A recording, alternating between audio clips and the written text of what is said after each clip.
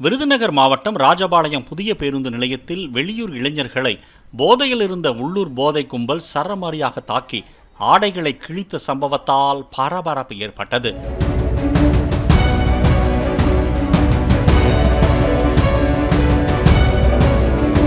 அங்குள்ள உணவகத்தில் உணவருந்திக் கொண்டிருந்த போதை கும்பலில் இருந்த ஒருவரது செல்போனை சாப்பிட வந்த வெளியூர் இளைஞர்கள் தெரியாமல் தட்டிவிட்டதாகவும் அதில் செல்போன் உடைந்ததாகவும் கூறப்படுகிறது.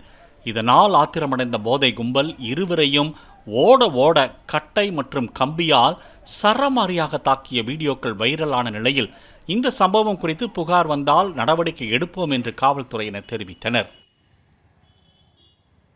பிளே ஸ்டோர் மற்றும் ஆப் ஸ்டோரில் இருந்து பாலிமர் செயலியை QR கோடு மூலம் பதிவிறக்கம் செய்யுங்கள். செய்திகளை உடனுக்குடன் பெறுங்கள்.